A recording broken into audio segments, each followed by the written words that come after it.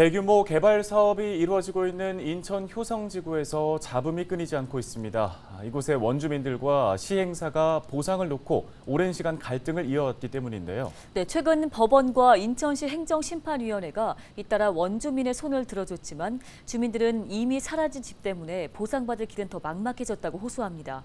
어떤 이유 때문인지 민원25 이세진 기자가 들어봤습니다. 10년 가까이 표류해온 인천 효성지구 도시개발 사업. 여러 의혹과 잡음이 흘러나오는 동안 원주민들은 보상 문제로 생사를 오갔습니다. 그 동네에서 제가 40년을 살았어요. 근데 보상 대상자가 아니라고 저희를 제외시켜 놓고 길거리에 내앉고 정신과 약 먹고 그러니까 이거는 21세기에 이게 대한민국에서 이런 일이 있을 수 있나. 시행사의 이주 대책에서 제외됐다고 주장하고 있는 원주민은 모두 200여 명. 법에 따라 청구한 수용 재결 신청이 받아들여지지 않았다는 게 이들의 설명입니다. 속수무책 이루어진 강제 철거에 저항도 해봤지만 하루아침에 범죄자가 돼 쫓겨났다는 주장입니다.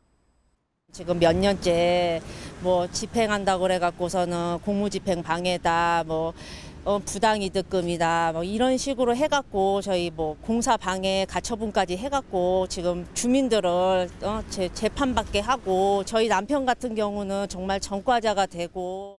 시행사와 원주민 간 갈등이 극에 달하자 인천시의회도 행정사무조사에 나섰습니다.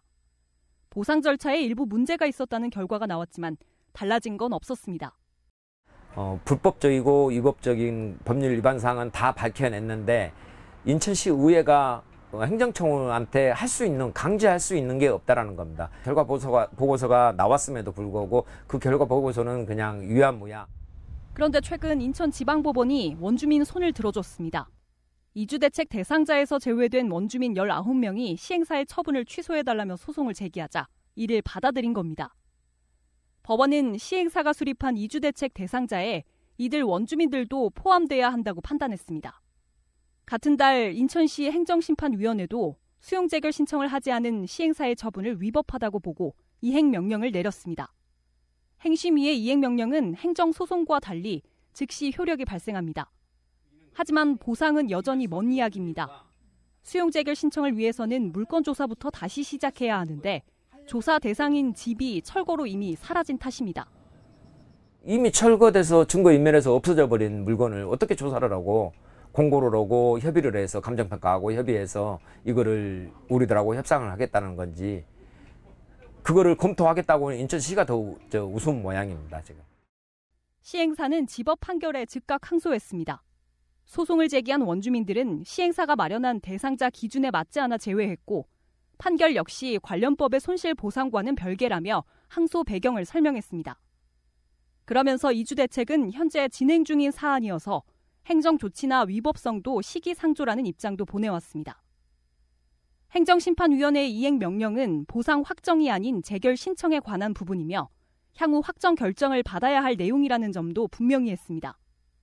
평행선을 달리는 양측의 갈등 중재가 시급하지만 사업 승인을 내줬던 행정청은 나설 명분이 없다며 한 발 뒤로 물러나 있습니다. 저희가 그렇게 재결이 안 되면 저희가 이제 당연히 해야 되는 건데 그렇게 해야 되는데 이행 자체를 또 사업 시행자가 해야 되는 거거든요. 이거는. 강제 집행이 이어지면서 효성지구 안에 남은 원주민은 이제 겨우 4가구. 잇따른 판결과 이행 명령에도 팽팽한 갈등 속에 원주민들은 자신들의 권리를 주장하기 위한 끝없는 싸움을 이어가고 있습니다. 헬로티비 뉴스 이세진입니다.